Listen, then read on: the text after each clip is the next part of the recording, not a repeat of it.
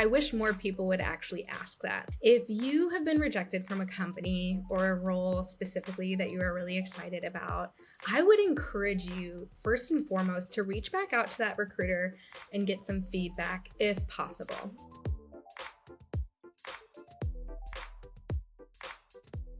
Hey, how's it going?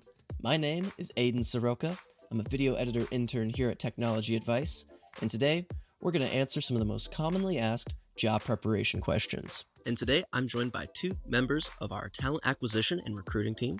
We have Miss Megan Kaluzny and Isabella Gonzalez. I've done countless in-person job interviews growing up, but doing one remote requires a different set of skills. Are there anything that we could do to get ready and optimize the best type of remote interview? I think when it comes to dressing up for a remote interview, just act like it's an in-person interview. They say that when you dress your best, you feel your most confident. I think that even if it's a role that's maybe more casual or on the more professional side is always just key. If you're questioning if it's appropriate for an interview, it probably isn't. So don't be afraid to wear whatever makes you feel good. If you're someone who loves colors, wear a colorful outfit. Just be mindful that you also don't want to be distracting in the interview as well. Of course, for the first basic requirements, always prepare your devices, your internet connection, and your environment. Make sure you're in a quiet and well-lit spot. Personally, what I also like to do is doing my research, practicing common questions in front of a mirror. It might just look crazy at first, but I swear it helps with the confidence. And it's really important to wear also your smile throughout the interview because definitely your enthusiasm can, shine through the screen eventually. Now let's flip the scenario a little bit. Let's say I get rejected from a job, and in times before, that kind of shakes your confidence, you get a little nervous. Is it okay for me to apply to this company again, but maybe in a different role?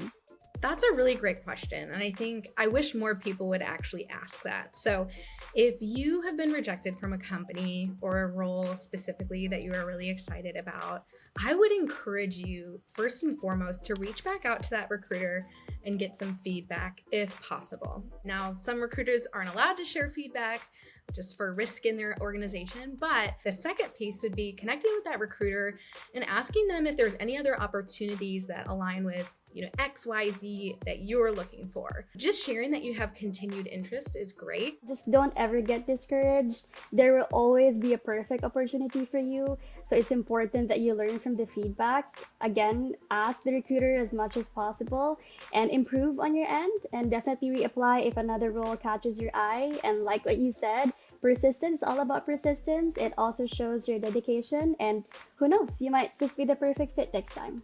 I would not encourage you to apply to 10 different jobs at a company just because they're really interested in the company. But what that does is share that you're maybe not super sure where you want to go in your career. If you applied to an admin role and then a tech role and then a data role, those are all very different. That's another piece of advice would just be to be very mindful of how you're communicating your interest and really understanding what that interest is.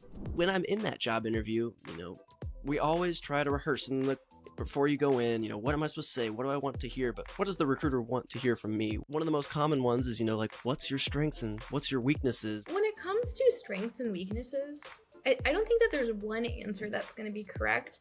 The answer that's correct is what's relevant to you. Really take some time to reflect. Self-awareness is very important in terms of prepping before interviews. Think about what you are best at. What are the things that people have given you high fives on or have said I'm really proud that you were able to do this?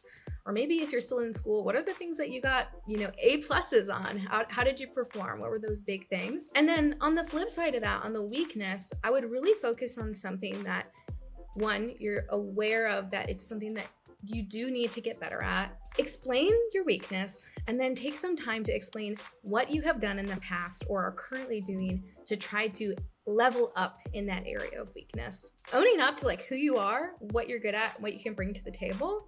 But then also, how are you continuing to grow yourself? Because showing that self-motivation for growth proves that, in this role, even if there's something you don't know or something that you come across you're unfamiliar with, you'll be able to take on the next steps and have that intrinsic motivation to move forward. But now, most important question any interview I've ever come across. Would you rather fight one horse-sized duck or 100 duck-sized horses? How do we tackle this one? I've literally never heard this question in my life. Whoa. Well, Ezreal, have you heard this one? Not at all. well, the future is now. We've got to prepare for the next generations. What are we going to do? I will say that I've seen questions where it's like, would you rather be perfect and late or good and on time? And I think maybe that's kind of the same vein of this question. It's really a matter of how do you tackle problems, right? So what do you focus on first, or what's most valuable to you? In some jobs, being perfect and late would be more valuable, but in others and in certain environments, it might not. So I think it's just a matter of explaining how you think. Now, that's a great perspective. I never even thought about it like that. I think I've encountered similar questions, but not this exactly. So it's just a playful question where we can really see your thought process in it. It's just making sure you have a thoughtful reason behind it, at the same time telling a fun story. Well, personally, for your question, I would say I would fist fight a one horse sized duck, since it's a much bigger target and less chaotic rather than fist fighting 100 duck-sized horses. So just those kinds of answers. After all, these interviews are really about knowing you.